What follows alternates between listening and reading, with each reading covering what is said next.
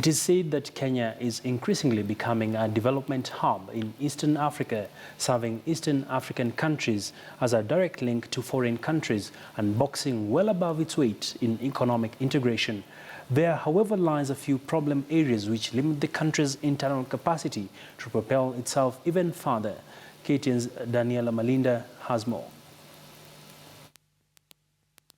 Kenya's economic growth has been resilient, propelling at a steady projection of 6.3% in 2016. According to the African Development Bank, Kenya's continued growth is being driven by activity sectors such as construction and information and communication technologies. We know that Kenya is the third largest economy in sub-Saharan Africa.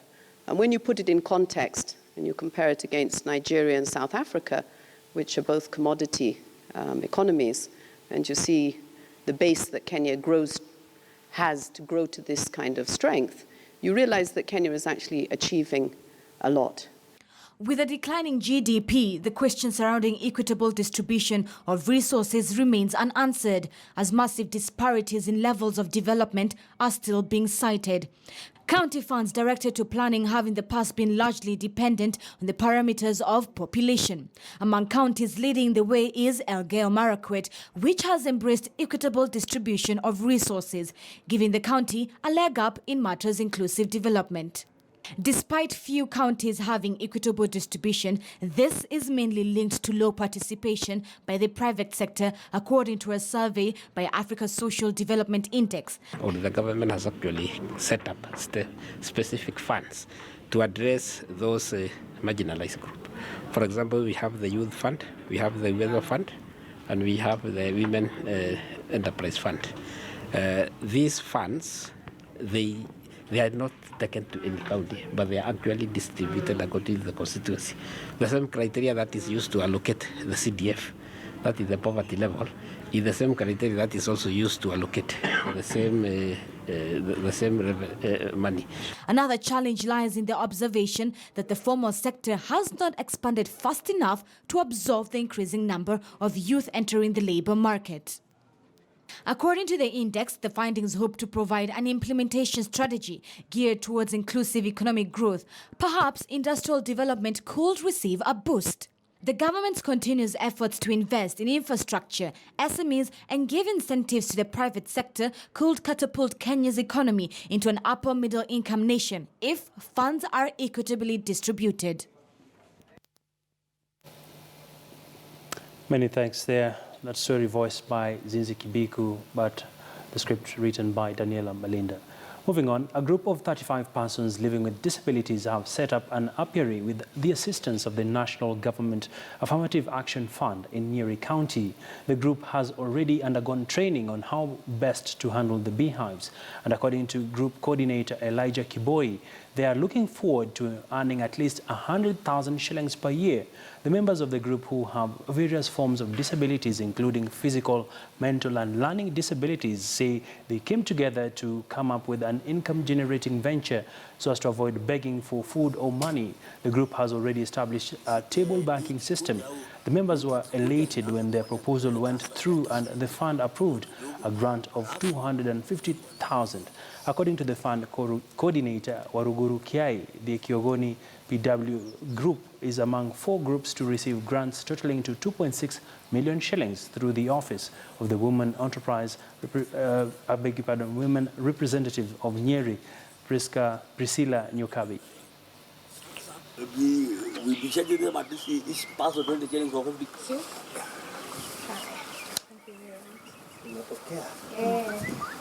Mimi ndimi chairman wa Kioni Persons with Disability Self-Help Group ambaye tulianzia mwaka wa 2007 na tumepitia changamoto mingi, lakini kwa sasa kwa uwezo wake Bwana na usaidizi ambao tumepewa na serikali kupitia our women rep Priscilla Nyokafi Kanywa, tumefaidika na hii mradi ya kuweka nyuki, na vile vile sasa hatutakuwa na shida nyingine kwa vile tumepata kama biashara ambayo itatufaidi kwa wakati mrefu.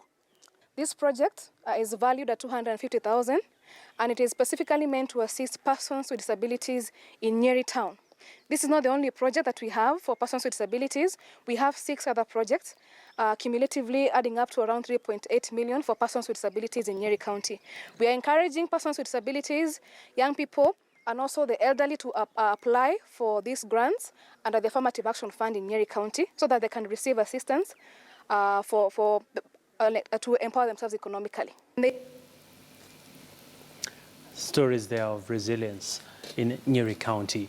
And let's give you a recap of our Twitter poll question, where today we are asking you, has the Kenyan market embraced local fashion designs? Has the Kenyan market has actually embraced local fashion designs? That is our Twitter poll question. Keep sending in your feedback on this matter, and I'll be sampling some of your views as we move along with this broadcast.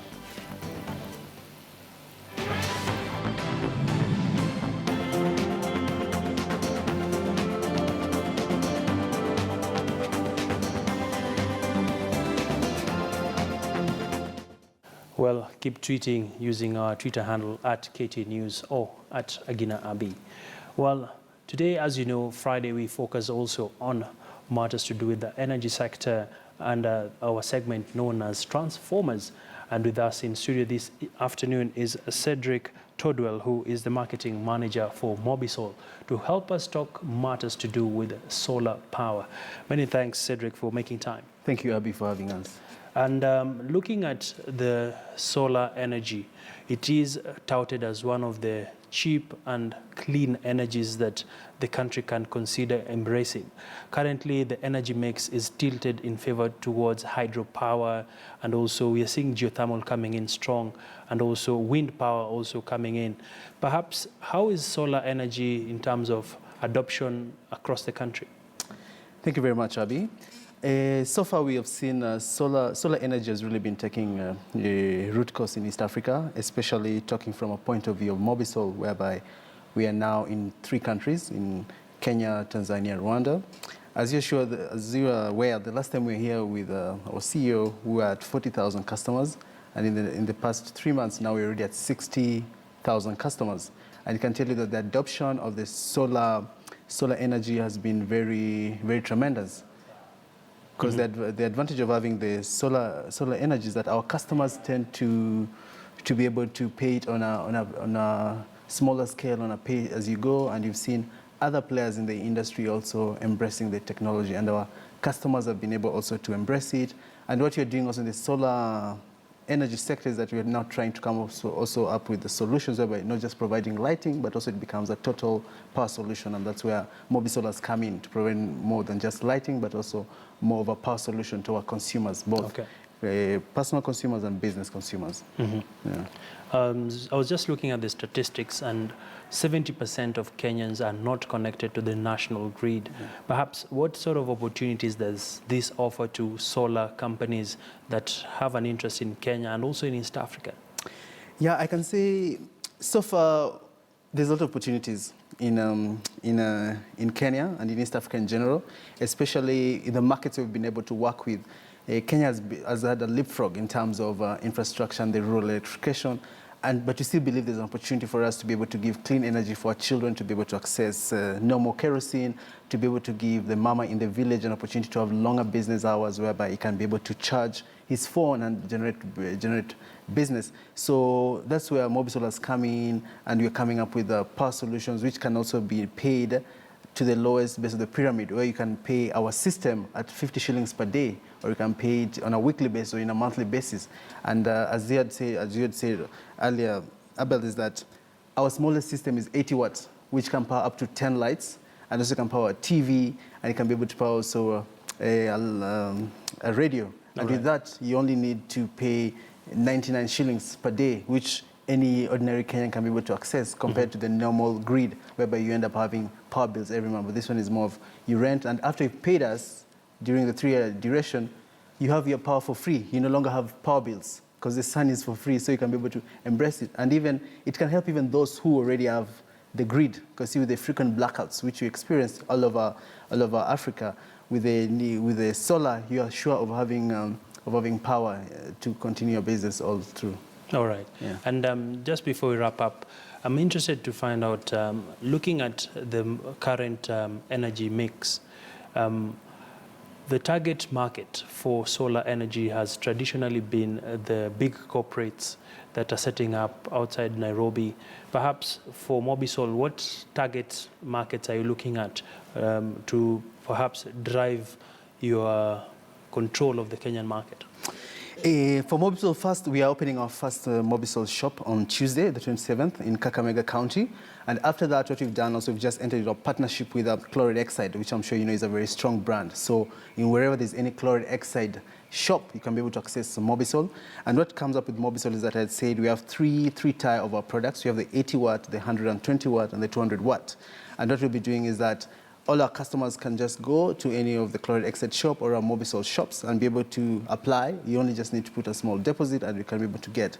So for now, we're starting with Kakamega County, and wherever there's also a Chloride Exide depot, which is well placed all over the country, they can be able to access. So our penetration, our target is that we want by 2018 to have 500,000 Kenyan households to be connected to Mobisol systems. Wow, that's quite ambitious plan you have there. Yeah. Many thanks there. I've been speaking to the gentleman from Mobisol, and that is Cedric Todwell, who is the head of marketing. Thank you very much, Cedric. Thank you so much. The man who drives the agenda of powering the continent, and Kenya to be precise. Well, and that interview brings us to the close of Business Today here on Friday. But before we wrap it up, we want to remind you of our Twitter poll question, where we're asking you, has the Kenyan market embraced local fashion designs? Has